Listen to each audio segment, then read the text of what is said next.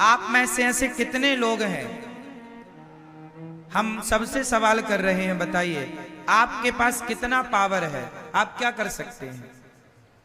क्या आप दिन को रात बना सकते हैं? क्या आप नदी को समुद्र बना सकते हैं? क्या आप बूढ़े को जवान बना सकते हैं? क्या जवान को बूढ़ा बना सकते हैं?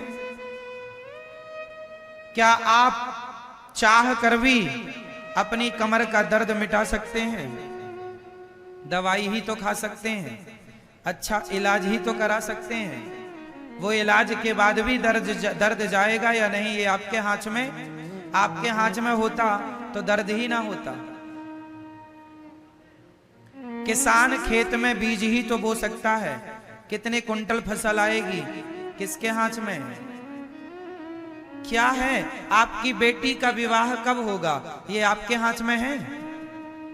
आपकी बहू के बेटा ही होगा या बेटी ही होगी ये आपके हाथ में है?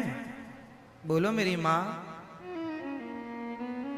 फिर क्या आपके हाथ में है? आपको कितना लाभ होगा, कितनी हानि होगी ये आपके हाथ में है। इसलिए बिंदास आनंद पूर्वक जिंदगी जीना सीखो। टेंशन लेके मरो मत, घबराओ मत। जो कष्ट आए, संकट आए, फेस करते चलो। उस सिचुएशन को हैंडल करते चलो। घबराओ मत, डरो मत, क्योंकि जो हो रहा है कहीं ना कहीं भगवत इच्छा है। इसलिए हर हाल में प्रसन्न रहना सीखिए। आपके हाथ में, हमारे हाथ में कुछ नहीं है। इसलिए जब कुछ है ही नहीं तो हम किसी बात की टेंशन लें क्यों? बेटी का विवाह कब होगा? जब समय। आप कर्म, इसका अर्थ ये नहीं है कि आप कर्म ना करें, कर्म करते रहिए, प्रयास करते रहिए। बेटी का विवाह जब होगा हो जाएगा, आप अच्छा लड़का ढूंढते रहिए, टेंशन नहीं लेना। अरे महाराज जी लड़का ही नहीं मिल रहा है, घबरा रहे हैं, ब्लड प्रेशर हाई हो रहा, ये कोई बात नहीं। शांति से ये मान के चलिए करता हरि जी अच्छा करेंगे। उनकी इच्छा में अपनी इच्छा मिला देनी चाहिए। कोई एक थप्पड़ भी हमारे गाल पे मारे तो ये मान लेना चाहिए कि ये भी भगवत इच्छा ही। क्या करोगे? भगवान की मर्जी के बिना कुछ नहीं होता। पत्ता भी हिल रहा है तो भगवान की इच्छा से हिल रहा है, ये समझिएगा। अब आप फिर सवाल करेंगे कि फिर जो लोग चोर चोरी करता है तो क्या वो भी भगवान की इच्छा है? हाँ, वो भी भगवान की इच्छा है। क्योंकि जब वो चोरी करेगा, पकड़ा जाएगा तो उसको दंड मिलेगा। दंड क्यों मिलेगा? क्योंकि उसके कर्मों के अनुसार उसके भाग्य में दंड का विधान था, तो वो वैसी जैसी होनी होगी वैसी करेगा। ज्ञान बुद्धि मति गति वैसी बना देते हैं। जो होना होता है तब मति गति भगवान वैसा ही हम और आपको सोच भी नहीं, हम और आप जो सोचते हैं वह भी कंट्रोल भगवान के हाथ में होता है। हम उतना ही सोच सकते हैं जो भगवान सोचवाएंगे, उतना ही बोल सकते हैं जितना भगवान बुलवाएंगे, उतना ही कर सकते हैं जितना भगवान करवाएंगे। क्योंकि हम कठपुतली हैं, सब ही नचावत राम गोसाई। आज का आदमी व्यर्थ में टेंशन लेता है, व्यर्थ में परेशान होता है। ये जिंदगी परेशान होने के लिए नहीं मिली, ये जिंदगी मस्त होकर के जीवन जीने के लिए मिली है। खूब बिंदास जियो, आनंद से जियो, प्रसन्न चित्त से जियो। जो हो रहा है उसे भगवत इच्छा मानकर चलते हैं। आनंद के लिए जीवन मिला है, दुखी होने के लिए जीवन नहीं मिला कि जरा सा संकट आया दुखी होने लग गए, रोने लग गए। अरे जब अच्छा समय आता है आदमी का तो वो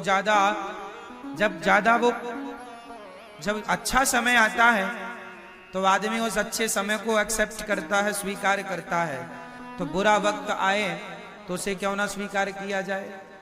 इसलिए हर समय को भगवान की कृपा मानकर, भगवान का प्रसाद मानकर उसे स्वीकार करना चाहिए। तो अब बताओ, आप और हम लोग क्या करते हैं? आप कितने लोगों का पेट भरते हैं बताओ मैया? कितने लोगों का पेट भरते हैं आप लोग? 2 लोगों का, 4 लोगों का, 10 लोगों का? बताओ मैया। ओ मेरी माँ, आप कितने लोगों का पेट भरती हो मैया? आपसे पूछ रहे हैं जो थोड़ी देर पहले आपने जम्हाई ली है। बताओ है? कितने लोगों का पेट भरते हैं आप? 10 लोगों का? आप बताओ कितने लोगों का पालन करते हो आप लोग? दादाजी आप कितने लोगों का पालन करते हो? हम और आप कितने लोगों का पालन करते हैं? मैया बोलो मेरी माँ। किसी का भी नहीं। सबके पालनहार कौन है? भगवान। इससे क्या सिद्ध हुआ? हम जन्म क्यों लिए हैं?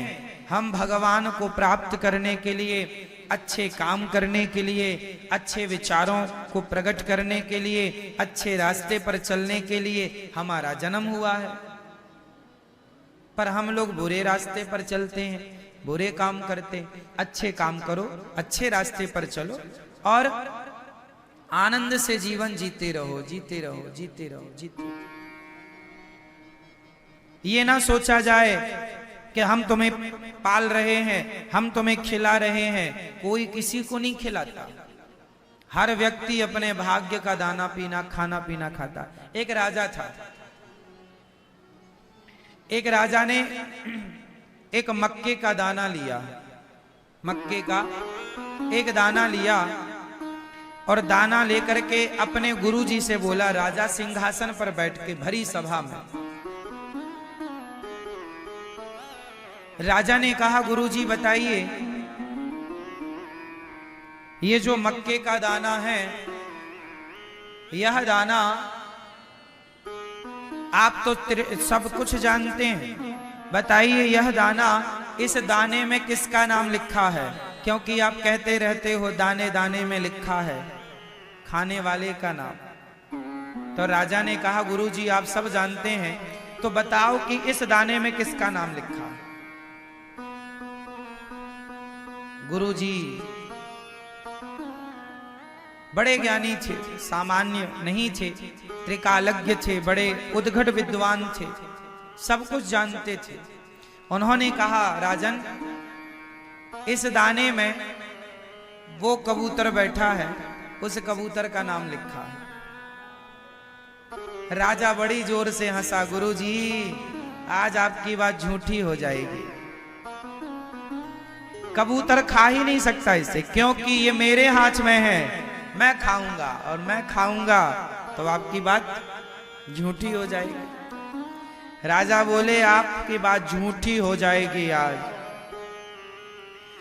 गुरुजी ने कहा, बेटा दाने दाने में लिखा है खाने वाले का नाम, यदि इस दाने में उस कबूतर का नाम लिखा है तो वो कबूतर ही खाएगा। राजा जोर से हंसा और हंसते हंसते उसने दाना अपने मुंह में डाल दिया। जब मुंह में डाला तो वो हंसने के कारण वो दाना जाकर के उसके यहां गले में फंस गया। फंस जाता ना कई बार भोजन हम लोगों के यहां, फिर कई बार फिर जल्दी से पानी पीना पड़ता है खाने के तुरंत बाद, तब को लगता है कि हाँ अंदर गया, नहीं गले में रह जाता। तो राजा हंसने के कारण वो दाना खा लिया और गले में फंस गया। अब फंस गया, वो चिल्लाने लगा, ये वो चिल्लाने लगा। तब क्या हुआ, अचानक उसे छींक आई और जब छींक आई तो दाना नाक से बाहर आया और बाहर आया तो छींक के कारण प्रेशर से दूर गिरा तो पक्षी तुरंत उड़ करके आया, दाना मुंह में दबा के भाग गया। गुरुजी ने कहा, दूसरे के भाग्य का खा भी लोगे तो वो तुम्हें पचेगा ही नहीं। इसलिए दूसरे के हिस्से का नहीं खाना चाहिए। जो थाली दूसरे के लिए परोस दी गई है वो थाली आपको नहीं, अर्थात वो भोजन आपको नहीं करना चाहिए। जो अन्न किसी के लिए निकाल दिया है वो उस तक पहुंचाओ। वो ना मिले तो गाय को खिला दो, कुत्ते को खिला दो, उसके हक का ना खाओ। जैसे आपके दरवाजे में कोई भिखारी आया, आपने कहा रुको हम आपके लिए कुछ लाते हैं। आप अंदर लेने गए मुट्ठी भर चावल, कटोरी भर चावल, तब तक वो भिखारी चला गया। अब वो कटोरी भर चावल आपने उसके लिए निकाला है और वो चला गया। अब उस चावल का क्या करेंगे? उस चावल को अब घर में अंदर ले जाके वहां मत डाल दो जहां से लाए हो। अब वो किसी के हक का निकल गया, वो किसी के नाम से निकल गया। अब क्या करना चाहिए? अब उस चावल को वो चला गया जिसको देना था, तो या फिर किसी दूसरे को दो, कोई दूसरा भिखारी आ जाए तो उसे दे दो, या गाय को दे दो, या कुत्ते को दे दो, या पक्षियों को दे दो, पर उसे आप ना ग्रहण करो। पैसे भी किसी के नाम के निकल गए तो आप उसे दीजिए।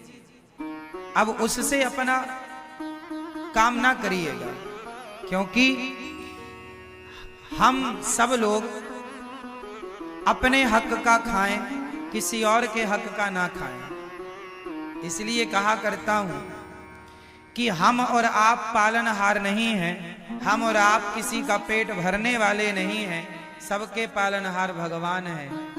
कितना हमारे पास जो धन है उसमें भी कितनों का नाम लिखा है, ये ईश्वर ने पहले से तय कर रखा है। इसलिए ये दास अनिरुद्ध, ये गौरी गोपाल जी की रसोई में उतने ही लोग आकर प्रसाद पाते हैं जिन जिन के नाम का यहाँ दाना पानी है।